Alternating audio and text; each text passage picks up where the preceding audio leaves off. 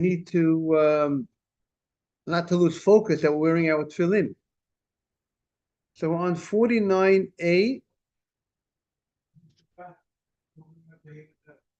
tefillin, right? Because there was a story. The Gemara brought an amazing story yesterday. It's a great question because the Gemara brought a story. The Mishnah spoke about feathers of a dove, dove feathers. What a dove! The Mishnah was talking about insulating food on before Shabbat. So there's certain laws that you can't insulate food on Shabbat itself. You can't wrap the pot of food, take it off the fire, and wrap it on all sides on Shabbat itself. But before Shabbat, you can wrap the food in something that does not add heat. And I mentioned that if the feathers of the dove does not add heat. And once I was talking about the feathers of a dove, connected with the tefillin, a very special story we had yesterday. Let's see the Gemara on 49A, 49A2. You have it on the top right corner, B'nesoret Shacharashim. Right, you have it 49A2 on the right corner. So the Mishnah stated that before Shabbat, if you want to take a pot off the fire right before Shabbat and wrap the pot in the dust of the carpenters, the dust that they go ahead and they when they cut the wood, or b'ne'orot shel pishtim, or so the Mishnah stated you could go ahead and wrap the food before Shabbat, insulate the food before Shabbat with the carpenter's sawdust. And also the Mishnah stated you could go ahead and when you comb the flax and the small little pieces that fall from the flax when it's combed out, those pieces could also be used to insulate the food before Shabbat. Those pieces are not going to add heat. However, Rabbi Yehuda says if it's the thin pieces would be a problem. You can't use the thin pieces, but you could use the larger pieces. So he obviously holds the thin pieces will add heat. Good morning, Simon. Simon, look who's back. Yes. Better than ever. We all come back. We're coming back to the Holy Land. All coming back to Jewish. Nice. So he says he makes a distinction between large pieces or small pieces. And if Yehuda is more strict, and he's saying that, large pieces you could, but not small pieces. But obviously the first opinion holds you could wrap it in small pieces and certainly in the large pieces.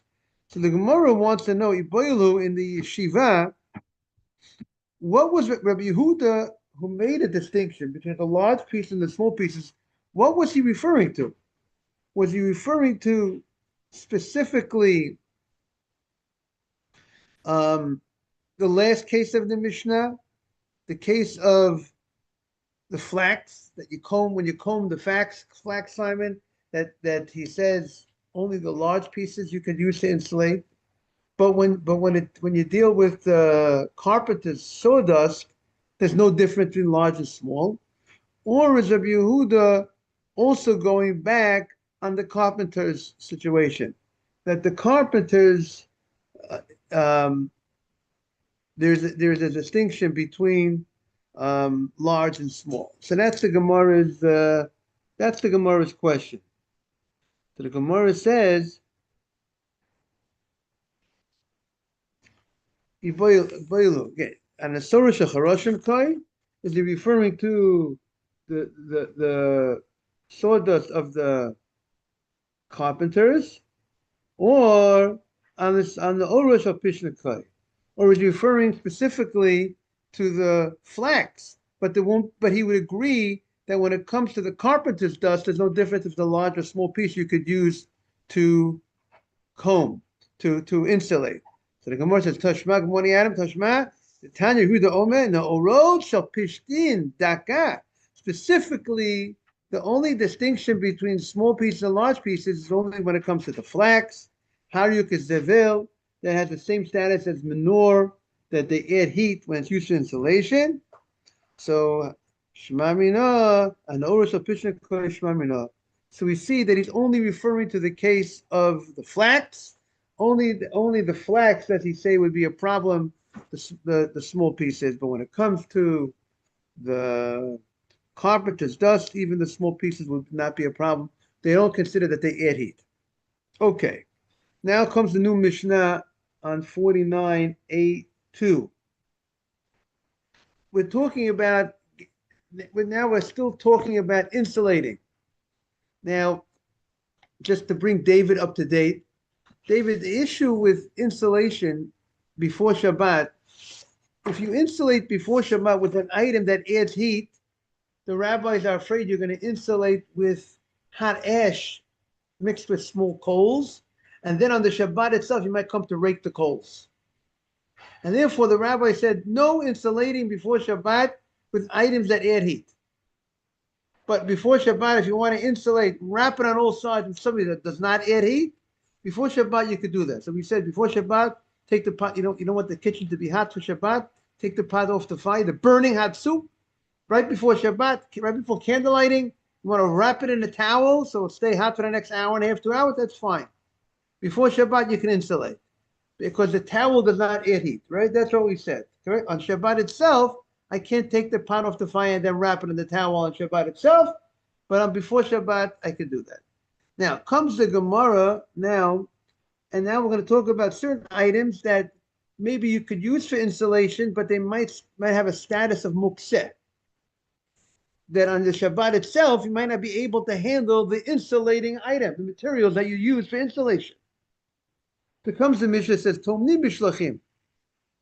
The hides, the skins of the animal, you could go ahead and you could use those skins for insulation purposes. The hides don't add any heat. So before Shabbat, you want to wrap it in the hides of the animal, you could do it before Shabbat. And metalfalotom, those hides, you could move on Shabbat. They're not considered mukseh, because people use the hides as a cushion. You know, they used to spend a lot of time, they would sit on the floor a lot in those days, and therefore they would needed something to protect them from the dirt of the floor or from the hard ground, right? You know, in Persia with all the Persian carpets, right? I presume they spend a lot of time on the floor. I don't know, just suggesting that, right, Simon? So you have these hides, these leather or these skins. They are fit for use as is. It's not like a raw material that has no use. It has use. And even if you did not use them to insulate before Shabbat, they're not considered mukseh, because you could lie on them. You could use them as a cushion. Now, comes next case in the Mishnah, but the gizet semer, but if you have gizet semer, now the gizet semer is you have shearings of wool, right? David went to the sheep and he did a little job, right? David, he took off some wool from the sheep, he gave it a little haircut, right? Haircut and a shave, right? Got some shearings of wool. David wanted to make a nice talit. So he went ahead and he has a nice talit, by the way. But he went right and you sheared some wool, David. Now, what do? You plan on using the wool to make it into a garment. The wool as itself is not, so therefore this wool is technically mukseh. I don't plan on using it. Its status, it's standing for commercial use. It's standing to be used commercially to make it into a garment. But if before Shabbat, I went ahead and I used it to insulate my pot, I wrapped my pot in the wool before Shabbat. a wool, I made like a woolen blanket out of the wool, out of the shearings of the wool. I wrap my pot to keep the what? To keep the heat inside, right? So when you wrap it with something that will contain, you know, why is something called a container, right? So maybe a container because has the contents of things that are inside of it, right? It contains the heat by wrapping it in the wool. So I could wrap it in the wool before Shabbat. The wool is not going to add heat, but the item is still standing, not for, even though I used it today for insulation, but it's standing, its general status is for manufacturing. Its status is to use it to make a garment. And therefore that on Shabbat, I don't have that. I can't make a garment on Shabbat. I can't weave one of the malachot on Shabbat. You can't stitch on Shabbat. You can't weave on Shabbat. You can't tailor on Shabbat. All the things that so therefore, this item is separated from me for Shabbat. But this type of use, this temporary use, does not change the status of this item, and therefore the wool that I so here we have this phenomenon. I'm allowed to use this wool before Shabbat to insulate my pot, but the wool, but now I have my pot of food is wrapped in a muksa item. So now what do I do? How do I deal with it on Shabbat itself? I want to get my food out of the pot. How I can deal with, but in order for me to get to the pot, I gotta there's something in my way. There's these shearings of wool which wrap the pot. So Kate said, who said, how could I take the food without violating the prohibition of mukseh? There's something mukseh here. So the Gemara Mishnah says, you know what? Let's say you have the lid of the pot, and let's say the lid has a little handle protruding above the insulation. Let's say the pot is wrapped. The top is totally wrapped. But there's a little part of the cover, let's say that's handle that's coming out. Let's say there's a handle coming out, or you could say there is a when you wrapped it, you left a very small part that you could go ahead and pick up. It's similar to what we're saying, a piece of the handle, the way they and therefore I have access to the cover of the pot. I don't need to go touch mukseh to get to the cover. Because let's say the cover is 99% covered. And then if I have a spot on the cover that's not covered, that's still called insulated. You know, if you have something that's 99% covered and with wool and one little spot, one small little spot, that doesn't make it not insulated. See, they want to say over here,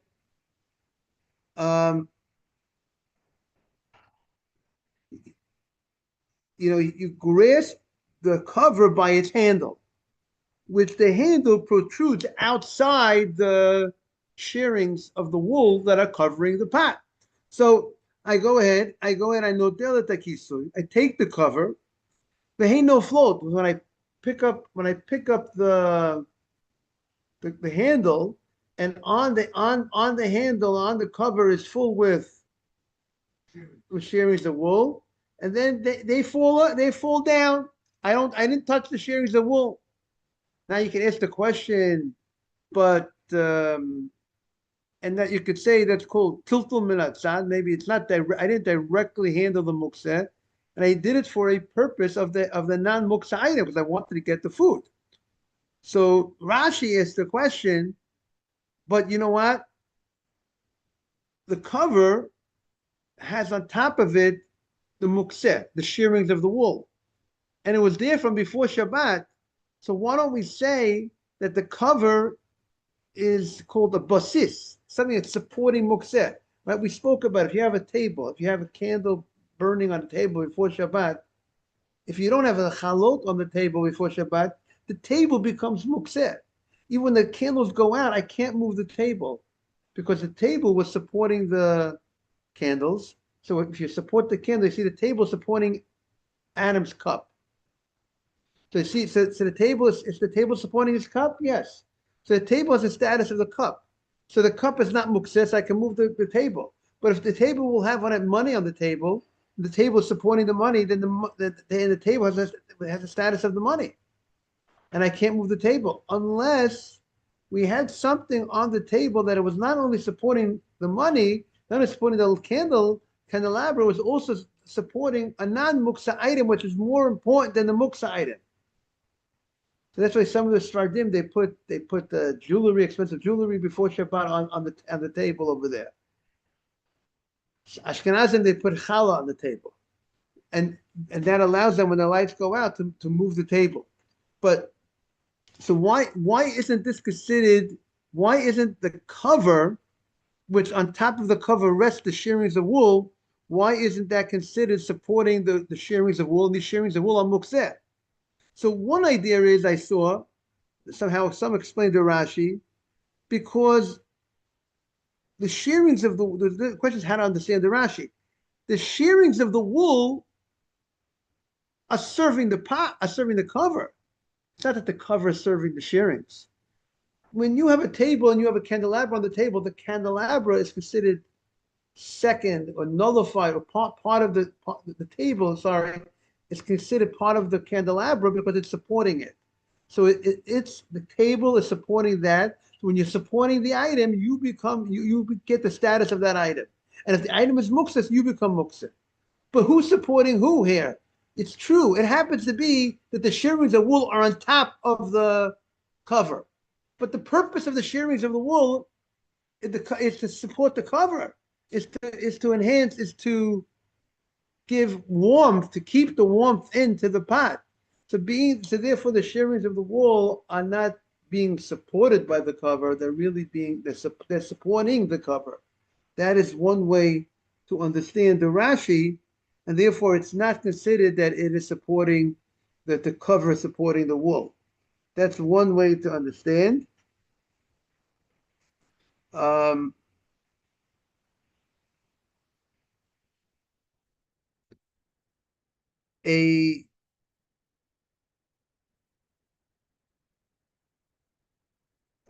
way, the other way you could say is that the pot,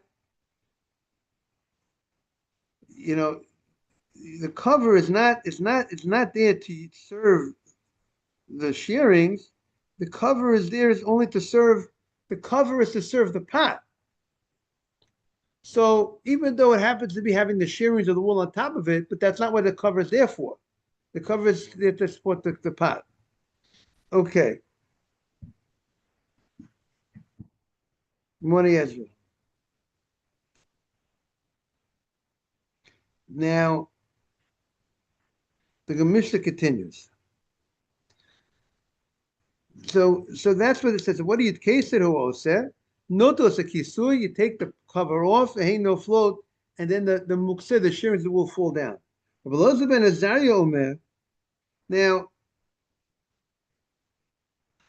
Now after we told us about taking the cover off without touching the wool itself, how do you take the food from the pot that now is uncovered?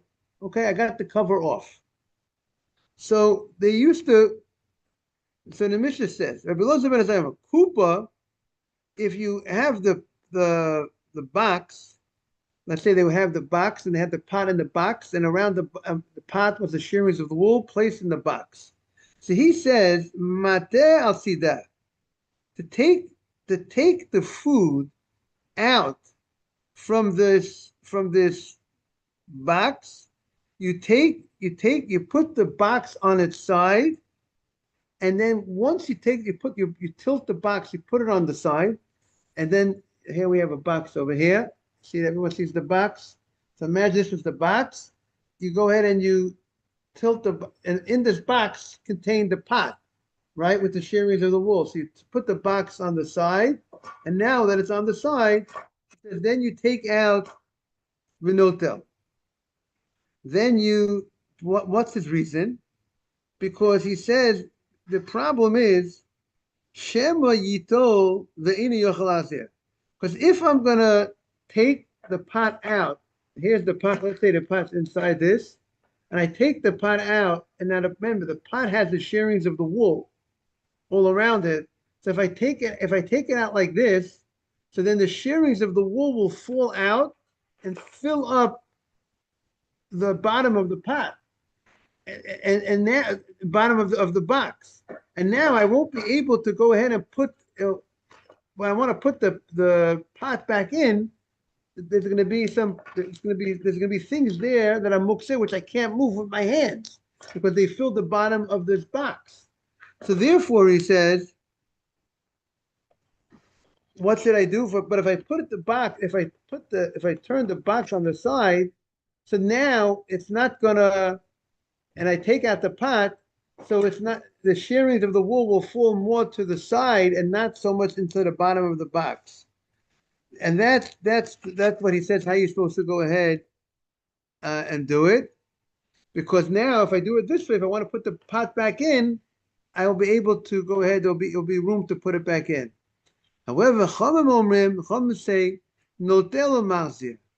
He says they don't have a problem, and you could take it out. You don't have to turn the box on its side. And the Gemara is going to explain more detail as we go.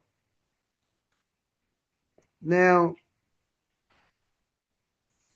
so that is the question. Again, I got rid of right. I got the pot open, right? I got the cover off the pot by, we said before you take the cover, you could take the cover off. I got the handle protruding outside the shearings of the wool. I picked up the handle. Now the cover came off. I didn't have to touch the muktzah to get the cover off. But then the question was, okay, now the pot is now this has there's no shearings of wool on it on the top, but there's still shearings of wool all the way throughout on all the sides of this pot, and those are muktzeh. And so Rabbi Yehuda is worried if I take the pot out like this, then the shearings of wool will fall in, and now I'll have a problem. I won't be able to fit it properly into the box because the wool took up the middle space, and that wool I can't move because it's muktzeh. So therefore he says, but if you go like this, so therefore it's not going to really fall into the bottom of the pot. Okay. Yativ Rav Yonatan. We're now, Ezra, we are on 49a, what, A3, A2, what are we on? A2. Yativ by the Gemara. Yativ Rav Yonatan ben Achinoi. There was great rabbis that were sitting together. Rav Yonatan ben Achnoi, and Rav Yonatan ben Elazar. Seems like Yonatan was a popular name, right? V'yativ Yechanina bar Chama Gabayu. Another rabbi was sitting together. Three rabbis sitting together. Become a boiler. Now they weren't talking about the Knicks, or the Knicks winning or losing. That wasn't their discussion. What were they talking about? A Torah concept. Shlachim shabalabayit nan. The hides, these skins that the Mishnah said that you can wrap the pot and insulate a pot before Shabbat, they don't add heat. And you told me that these skins are also not mukseh. You told me they're not mukseh, these skins. What type of skins are they? Are they private skins, an individual owner of a house type of skin? Or is it referring to skins that are being used by professionals, craftsmen that they plan on selling? If the Mishnah is talking about shlachin shabalabayit nan, that person who's the owner of a house, he has some skins, he slaughtered an animal, he has some skins. That's where maybe it's not mukseh, because I don't plan on selling those skins, and therefore I'm not so particular about those skins. If they get a little dirty, it's not a big deal. So therefore it's not mukseh. I can wrap it, I can handle the skins afterwards. It's not mukseh. Avoshal uman, but if it's skins of a craftsman that are being sold, even the couple of since I'm particular about it, since they're standing for sale, I'm going to be very careful not to get them dirty. I don't want to use it for anything, but generally I'm using it for skins, for sale, to make leather or to make clothing, a leather coat or whatever out of it, or shoes, whatever I'm going to use it. maybe they would be mukseh, even though I use it today for insulation, but that's not really, it's like a temporary type of use. And it's really, I'm very careful about it. And that will become mukseh mahmat sarin kis. There's a case called, there's different categories of mukseh. You have a hammer. A hammer is mukseh because it's a utensil used generally for building. And building is something you can't do on Shabbat. So it's called a kli, a utensil that's melachto l'isur. It's used for prohibited purposes. But then you have certain items that not only it's used for prohibited, it's standing for prohibited things, but I'm very particular about it. I'm very sensitive about what I use it for, like hands off. Like if you're a shochet, if you're a slaughterer and you slaughter animals, your knife, generally use a knife to slaughter, which is a thing that you can't do on Shabbat. But I'm very particular about that blade. I don't want that blade to get any nicks in that blade. It's a different nick, by the way. I didn't like that. One's a nick with an N and one's the nicks with KN, right? I don't want to get any nicks in that. How do you like that, David? Yeah. I don't want to get I don't want to get any nicks in the blade. Welcome. We're happy that you're here. You joined us. Boker Tov. Good morning. Okay, yeah, right. You got it. So I don't want to hurt. I'm very careful. I wouldn't take the knife of a shochet to cut my apple. I'm very, very finicky about my knife. My knife. So that type of item is called mukseh mahmat chasar kis. I'm afraid of a financial loss, and therefore that's a higher level mukseh than the hammer. My hammer, if I want to go ahead on Shabbat, I want to chop a walnut on Shabbat. I use my hammer. Technically, I'm allowed to do that. I can take my hammer and break open a walnut because I don't care. I'm not so particular about my hammer, but therefore, but even though I'm not so particular about my hammer, so therefore I could use it for the walnut. But it's still mukseh. The hammer is still mukseh. But as long as I'm using it for the walnut, I could use the. But after I finish using it with the walnut, it still has the status of mukseh. That's if I want to remove maybe the status of mukseh from it. If I would designate or do, maybe designation might not be enough. I might have to do something in the hammer itself to show that it's no longer using for building purposes. That's the question exactly what you have to do. Good morning, David. So we're discussing here a new category of mukseh called mukseh because of financial loss. You're afraid to handle that. You separate from using it because you're afraid of financial loss, and therefore that item is a very high level mukseh. Good morning, Dave. Good morning, Steve. It's very similar to money. Money is a very high level mukseh on Shabbat. If you have money on the table on Shabbat, you left money on the table, you can't pick up the money and move it because I need the place where the money is. What do? Could you take your elbow and knock it off with your elbow? Unusual fashion, right? That's what you got your elbows for, right? Elbow to knock off the mukseh. But if you technically left a hammer on the table, your wife asked you, they need a nail, she wanted to hang up something for Shabbat. And David went ahead and she was a good husband and he knocked the nail in the wall in order to hang up the thing that she bought. And but you forgot, you left the hammer on the table. And it's Shabbat. So what's the law? That's a utensil that's used for prohibited purposes generally, but you could move it if you need the place. Money you can't. Money you can't if you need the place. So money is a higher level mukseh than that hammer. So same thing is a mukseh if the item was a knife of a slaughterer, a shochet's knife. As we said, a guy who slaughters animals is very careful with that knife. You're very careful about touching it. Because if something happens to that knife, if something happens to that blade, we spoke about the nicks. If there's a nick in the blade, that's the nick that we spoke about, not the New York nicks. We spoke about the nick in the blade. And that's when you think about the nicks, you'll be thinking about today's class. That the slaughterer has to be very careful not to get a nick in the blade, because if there's a nick in their blade, you can't use the blade. The slaughtering knife, the law is that it will invalidate a shchita. the ritual slaughter that the Torah requires the blade has to be so smooth that you can run your fingernail. The way they check the blade is they run the fingernail on the blade. They run their skin, they put their and they does my fingernail does my nail gets caught in the when I run it on the blade, does it get caught anywhere or just go smooth? If it gets caught, it's invalid. The knife is no good. You got to redo the knife, fix the knife. That's one of the things of being. If you want to get smicha, if you want to, or we want to be a shochet, you want to get certification, whatever the right word is, to be certified to being a shochet. Slaughter, you have to be able to present your knife. You have to be able to show that your knife is perfect, that there's no nicks, nothing in the knife. So but if that type of knife is a very high level mukseh, because you're very sensitive about handling such a knife, because you're afraid, you wouldn't use it to cut an apple, because you might create a nick. Something happen.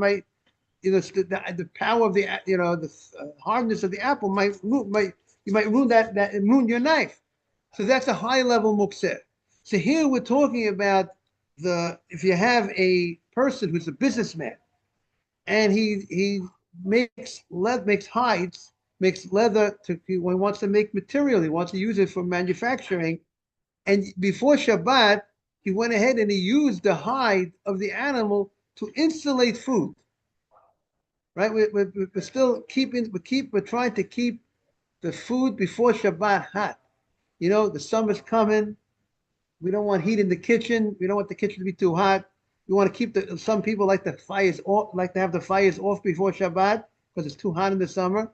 So what they do is before Shabbat, they take let's say the soup off the fire, but right before candle lighting time, and they wrap it in a item that does not add heat, which we said you're allowed to do that, right? So here we said they wrapped it in the hides of the animal, the skins, they wrapped it. And that doesn't add any heat. But with that being said, the question is now come Shabbat, are the hides mukseh?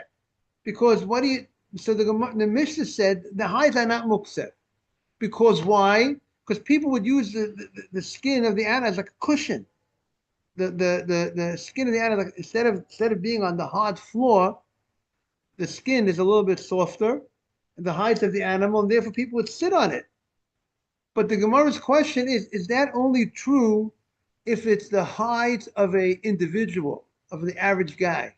But if it's the hides of a merchant that you plan on selling that hide, and maybe are you very particular about a hide that you plan on selling? And are you afraid to get it dirty or anything? And you're very hesitant what you use it for? Like people who sell merchandise are very careful about don't get the merchandise dirty, right? You get it dirty, it's gonna be hard for me to sell. But how are people regarding how are merchants, how are they in that warehouse? How are they regarding these hides? Are they so finicky about it or not so finicky about it? If they'll be very finicky about it, so then it's like that knife of the slaughterer, and therefore it would have a status of mukseh, that hide. Or if they're not so finicky about it, if they're like more loose, no big deal, they'll maybe use it in the interim themselves as a cushion, so then it won't be considered a mukseh item, right? Because if you're a manufacturer of these items and you don't mind using it to sit down on, so then it will not be considered mukseh. So that's what the Gemara is going to discuss. What status, if you're a merchant and you're selling these hides, and you have the hides, but you didn't sell them yet, how are you?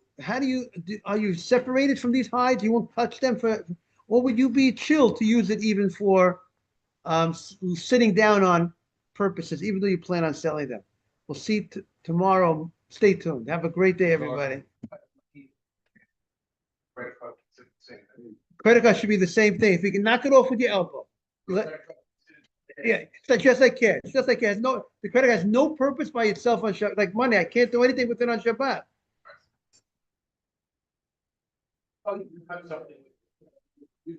Right. But it's not. If it's so not money, you could also. If I want to put money as a holder of a spot, It's also, but we still consider money like, it's not used in that way, generally. Haron, good morning. I see Haron in the back. Good to see you. Have a great day. That's how we have eyes behind our head. Have a great day, everybody. David is back.